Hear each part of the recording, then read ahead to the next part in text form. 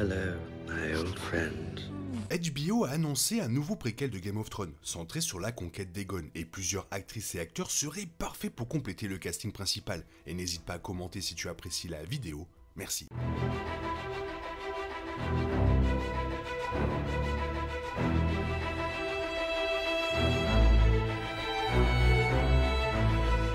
Voilà, Morghulis. Comme House of the Dragon, la nouvelle série explorera une époque de l'histoire de Westeros des siècles avant les événements de Game of Thrones, basée sur le livre Fire and Blood de George W.R. Martin. Aegon le Conquérant fut le premier monarque à s'asseoir sur le trône de fer et à diriger les 7 royaumes unis qu'il conquit aux côtés de ses 2 sœurs qui est également ses épouses. Cela dit, une série sur la conquête devrait être pleine d'action. Compte tenu du succès de House of the Dragon, il n'est pas surprenant que HBO ait choisi un autre récit centré sur les Targaryens pour la prochaine série. Compte tenu de la nature généralisée des événements dans la conquête, il est difficile de déterminer exactement qui sera du casting principal. D'après les connaissances sur la conquête d'Aegon dans Fire and Blood et A Song of Ice and Fire, les acteurs les plus probables seraient des acteurs politiques à part entière. Outre Aegon et ses compagnons, les acteurs principaux devaient être les chefs des grandes maisons de Westeros, qui ont comploté ensemble les uns contre les autres pour refuser leur indépendance vis-à-vis du conquérant. Le fondateur de la maison Baratheon devrait ressembler au Baratheon de Game of Thrones et de House of the Dragon. Bien que Jack Lawden n'ait pas les cheveux noirs caractéristiques pour l'associer immédiatement au rôle, il a le physique nécessaire pour jouer un guerrier Baratheon, mesurant 1m85. Horis Baratheon était connu pour être un guerrier féroce et un fidèle disciple d'Aegon, et Lawden n'est pas difficile à imaginer comme le bras droit de celui que j'ai choisi, sans oublier qu'il a eu sa part d'expérience dans des drames d'époque. Loren Lannister n'est pas aussi défini que les Lannister dans Game of Thrones, mais ses choix impliquent qu'il était fier mais stupide. La star de Paul Dark et Spencer, Jack Farthing, a le look typiquement malicieux des Lannister et a joué des personnages avec des comportements braillards similaires à ceux des Lannister dans Game of Thrones. Tous les Lannister ne sont pas méchants, mais Loren ne semble pas être un membre particulièrement sympathique de la famille. L'âge de Loren Lannister est inconnu, mais les illustrations représentant le personnage le représentent généralement entre 30 et 40 ans.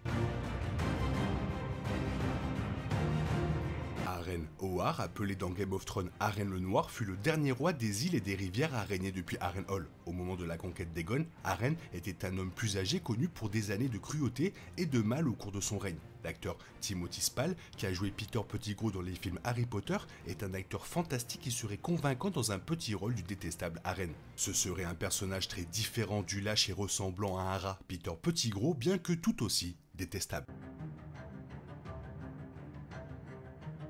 Torrhen Stark est un autre personnage dont l'âge est difficile à cerner, même si les représentations artistiques ont tendance à le décrire comme étant plus âgé, expérimenté et accablé par le poids des règles. On se souvient de Torrhen dans A Song of Ice and Fire comme d'un noble roi qui a sauvé des milliers de vies de l'effusion de sang en pliant le genou devant Aegon. Kyle Soller, qui est devenu reconnaissable pour avoir joué le malveillant Cyril Karn dans Andor, serait une façon passionnante de jouer contre le type. L'acteur a certainement le look Stark et les atouts pour jouer un rôle, contrairement à des personnages précédents. Mern IX Jardinier, le dernier roi du bif, marcha aux côtés de Loren Lannister pour défendre leur terre contre Aegon le Conquérant. Encore une fois, Mern n'est pas le personnage le plus défini et jouera probablement un rôle de soutien dans la série HBO. L'art le représente généralement comme un homme d'âge moyen et costaud, donc un acteur expérimenté comme Neil Maskell, qui a joué des rôles mineurs à la télévision pendant des décennies, pourrait être parfait. Maskell a déjà joué un leader en temps de guerre avec un rôle récurrent de Winston Churchill dans Peaky Blinders. La conquête des 7 royaumes ne constitue pas un si grand défi pour Aegon Targaryen, sauf pour Dorne, qui a résisté pendant des décennies sous la direction de Merya Martell et des futurs dirigeants. Connue sous le nom de Crapaud Jaune, la description physique de Merya n'est pas gentille, même s'il serait intéressant de voir si cela était dû à l'histoire écrite par les vainqueurs, car elle était l'une des rivales les plus détestées de la famille Targaryen. L'actrice Adriana Barrezza a les atouts pour jouer une redoutable antagoniste, semblable au rôle d'Olenna Tyrell dans Game of Thrones.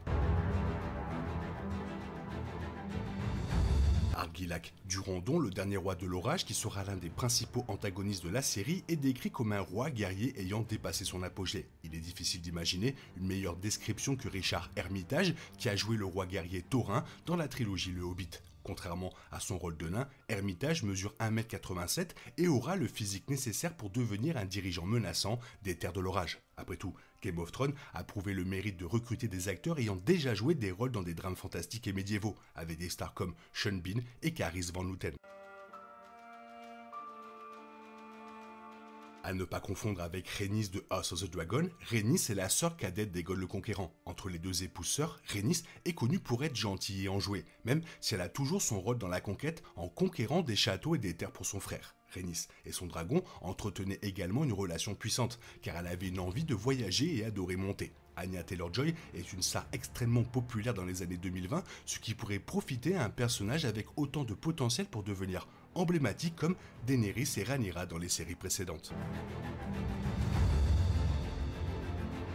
La star de Killing Eve, Jodie Comer, pourrait être parfaite pour incarner la sœur aînée de Rhaenys, Visenya. En plus de partager une certaine ressemblance physique, Comer serait particulièrement excitante à voir dans le rôle de la reine guerrière, qui chevauchait Vhagar, l'un des dragons les plus puissants encore en vie dans House of the Dragon. Jodie Comer a déjà joué une femme sévère et passionnée dans un drame d'époque, avec un rôle fantastique dans The Last Duel. Compte tenu de la popularité de son rôle tordu dans Killing Eve, Comer jouerait à contre-courant d'après ce que les fans de télévision ont vu.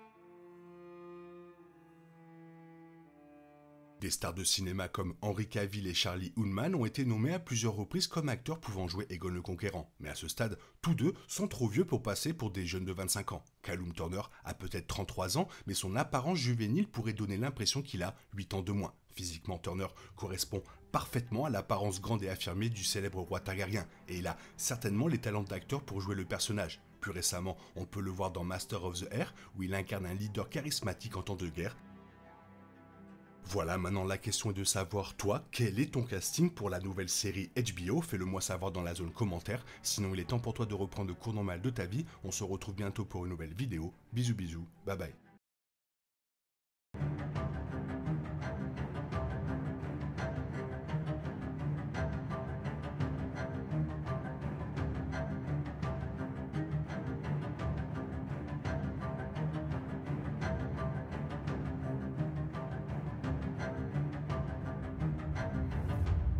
Valador Irish.